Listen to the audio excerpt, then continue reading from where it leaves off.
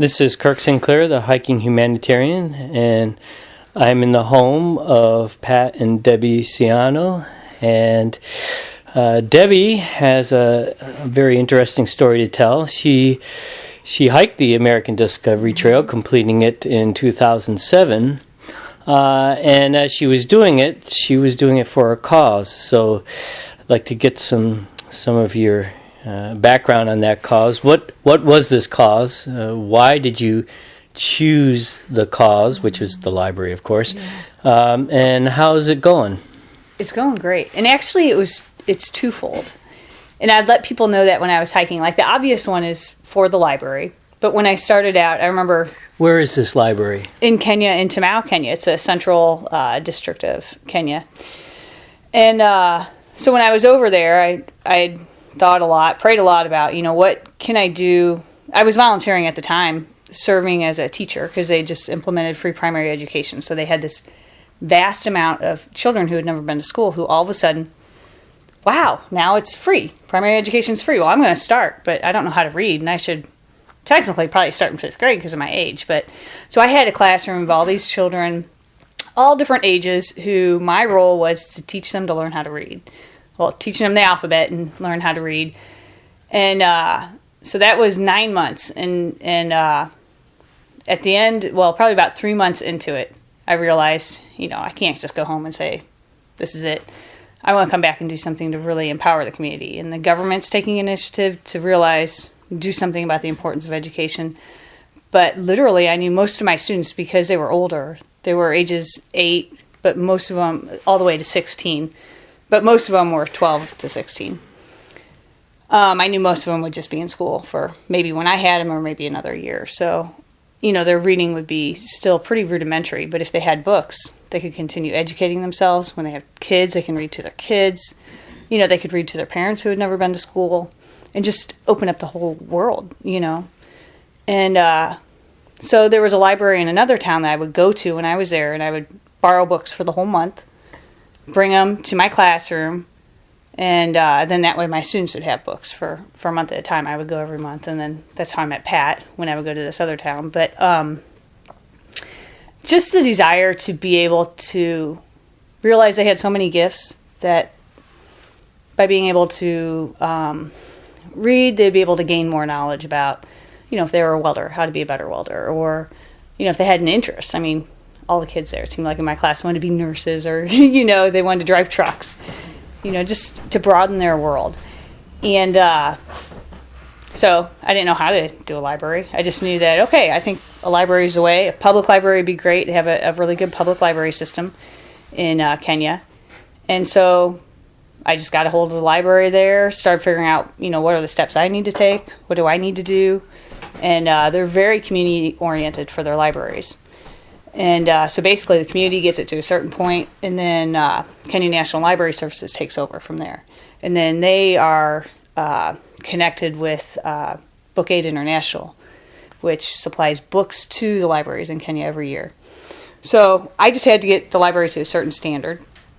Basically, walls up, everything in there that is needed, shelving. I started out with a book stock. I had set aside about $7,000 specifically for books. I gotten feedback from the community on what do you want to learn about. And so we got books specifically about those things. But really, I guess the desire was not just when I was hiking. I didn't know how am I going to do this library, I remember kneeling on the beach at Point Reyes and being like, okay, God, I'm going to do this. And if I had to turn around and do it 10 more times, I'm going to, keep doing it. But there was another message, though, that was so much more than, because I didn't directly just say, I need money. Really, I accepted invitations to speak, and I would express to them what life was like for the children, that I was with every day. And then just also really, even more importantly, the other part of the hike was about encouraging us Americans to realize what we have access to and to do more with it. And that's not just to go out and make a difference, but our own personal little talents and gifts. So many people I found would say, like, when I would talk about the hike, I've always wanted to hike. They would tell me about other things. Like, it was just such a wonderful time to get to be very intimate with people for 1 or 2 days when they invited me in.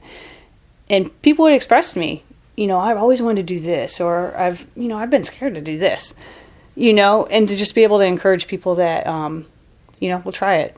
The greatest thing about, I think, being born here is we can try so many things, and even if we fail, we can just keep trying stuff, whereas like I noticed for my students, for so many of them, they had dreams. They all had things that they wanted to do in their life.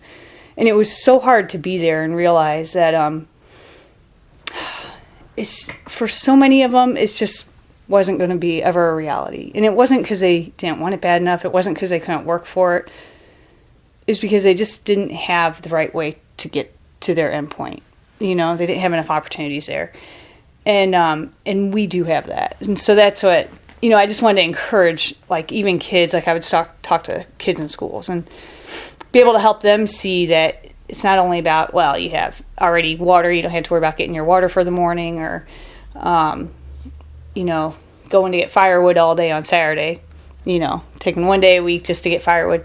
But just all these little things that we take for granted that we have to realize they're gifts and we have to use them appropriately, I believe, use what we have better. But so that was really the other part of the message, was just trying to encourage people a whole lot.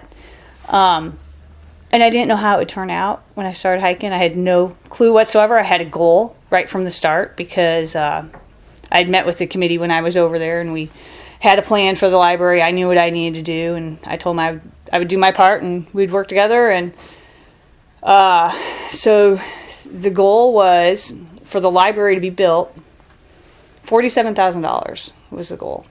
And by the time I got to Connecticut, to actually Delaware, it had been exceeded. And so everything that I'd raised, everything that people donated, went 100% for the library, in an organization that had a specific fund for it. So it was a nonprofit. And then I had put that into an account where it was earning interest. So it was actually over 100%, which was really neat. And then our market went terrible when I was over there.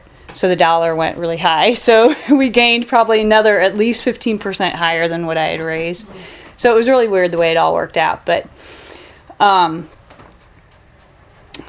it was raised, and then there was a whole new story. And it was funny because I knew as soon as I knew the whole time I was hiking, people would be like, hiking, it's wow. And I would think a lot, especially out west where there was a lot of time to think. You didn't have to talk so much. Just like, what a privilege. I feel so privileged, because I would think about all the time watching, especially the women, but, the kids, the boys, the men walking, just all day, just because if they didn't, they wouldn't survive. You can't not be walking to go get your wood or your charcoal. You walk every day to the market to get your fresh food because you don't have a fridge. You walk every day to get your water, to do your laundry, to get all the basic things, to go to school, to do everything. And it was such a part of their life. That's just the way they lived.